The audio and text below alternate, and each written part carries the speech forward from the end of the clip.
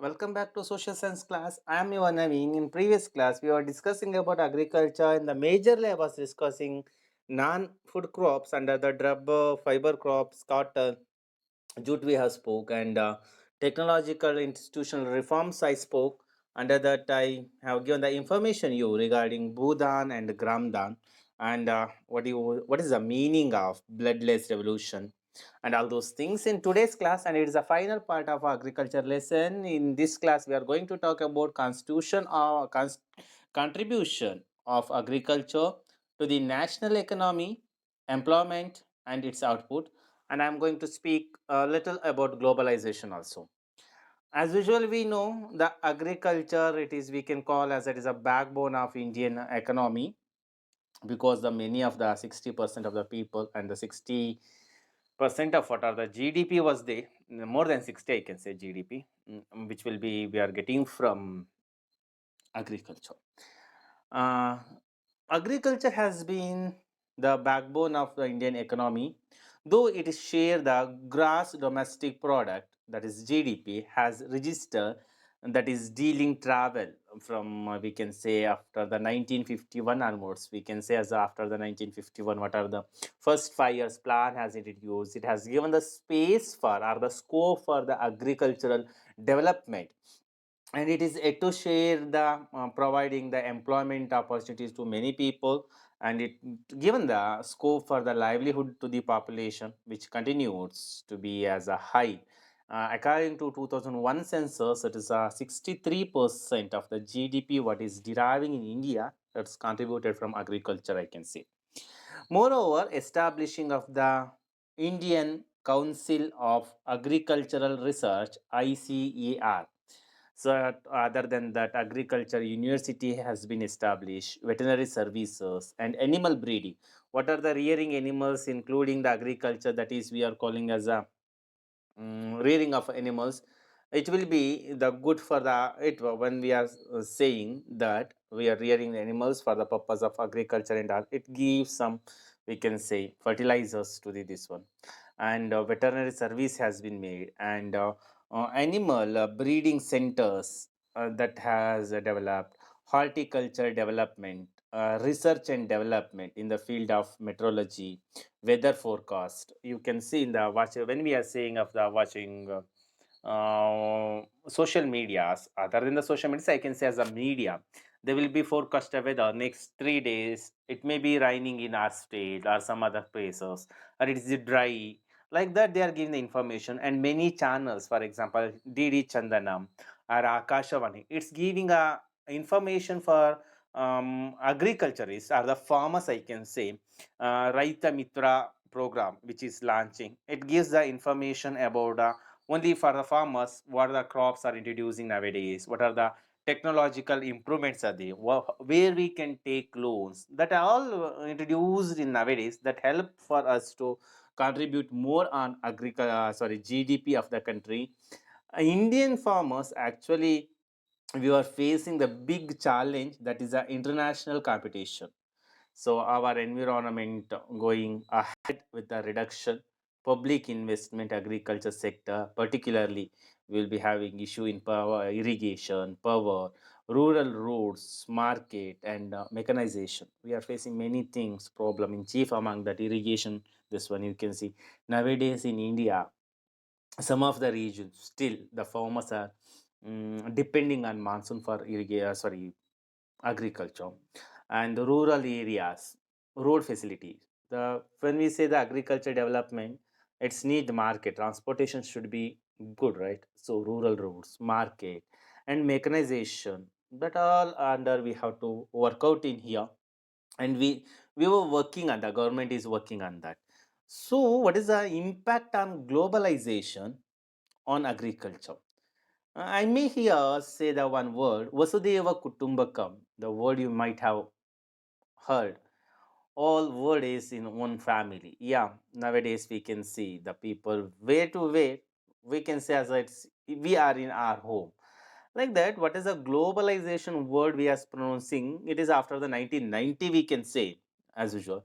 But globalization is not a new phenomena for the for our India, because there was a time Indians were colonization. What is the colonization in here? One country is ruling other country for selfish, for their selfishness. That is we can call. Actually, we were the under the colonies of the British during British period. Cotton belts, that is of India, attract the British. Majorly our cotton. That is we are having had sorry we had long staple cotton. Nowadays that part went to Pakistan. Okay, ultimately, cotton was exported to Britain as a raw material for their textile industry.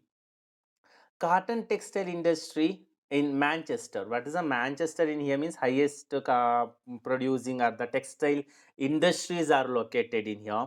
So and it is a live for flourished due to the availability of good quality cotton from India. What are the India was supplying cotton. It was one of the best cotton. I said no. We had a long staple cotton on that time. We did not divide India and Pakistan. After the division of the Pakistan and the India after 1947, what are the long cotton belts were there that went to Pakistan area. Other than that, we can call as a Champaran movement. This Champaran movement, Kheda movement, these are the things will be speaking briefly, not briefly. We will speak under nationalism in India chapter, which has in the 1917 in Bihar. It was started Champaran movement. The farmers of that region forced to grow indigo. What is the indigo? Oh, indigo is the color which we are using for textile industry. Okay, that is a cash crop. The British you what made, instead of cropping food crops, they forced us to grow indigo, because the necessary for textile industry in which they are located in Britain. After 1990, farmers of India have been exposed new challenges. What are the challenges means? Despite being an important producer of rice, cotton, rubber, tea, coffee, jute, and spices, our agriculture products are not able to compete with developed countries. So, what is the developed countries? Once again, we'll be speak in a development lesson of economics. The countries, because of highly subsidies compared to what are the developed countries for agriculture, they are giving the high specialist specialities like subsidies or many more things compared to our this one. Those that is a one. Indian agriculture, once again we can say it is a gambling with monsoon. Many more, many way we can say as I, what are the Indian agriculture is there. We were mainly depend on the um, rain. That is the one cause. Indian agriculture find itself at the crossroad. To make agriculture successful and profitable, not only agriculture, we need some transportation, and many of the village road has to be rectified here. That are all the things we had. To make agriculture successful, profitable, proper trust should be given to the improvement of condition, margin for marginal and small farmers. The green revolution, I said the green revolution, sudden increase in the food production provided the much, but today it's under controversies also. It has caused the, what is the main thing? One is the thing that land degradation due to overuse of chemicals, drying, aquaries, and vanishing biodiversity. So, can you name any gene modified seeds used wisely in India or the vastly in India?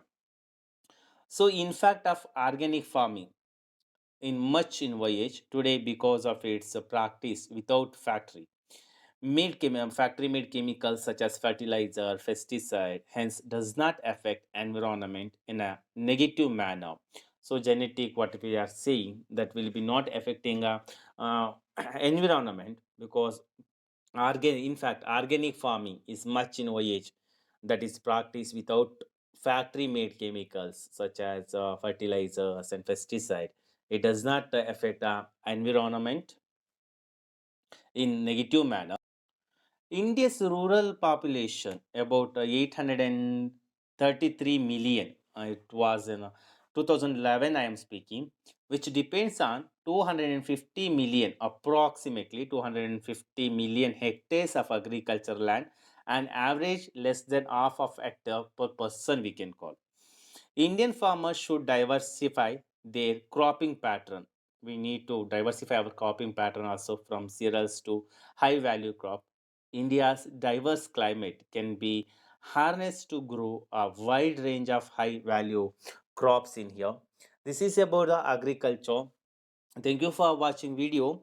Have a great day ahead and don't forget to stay tuned to GJS. Thank you.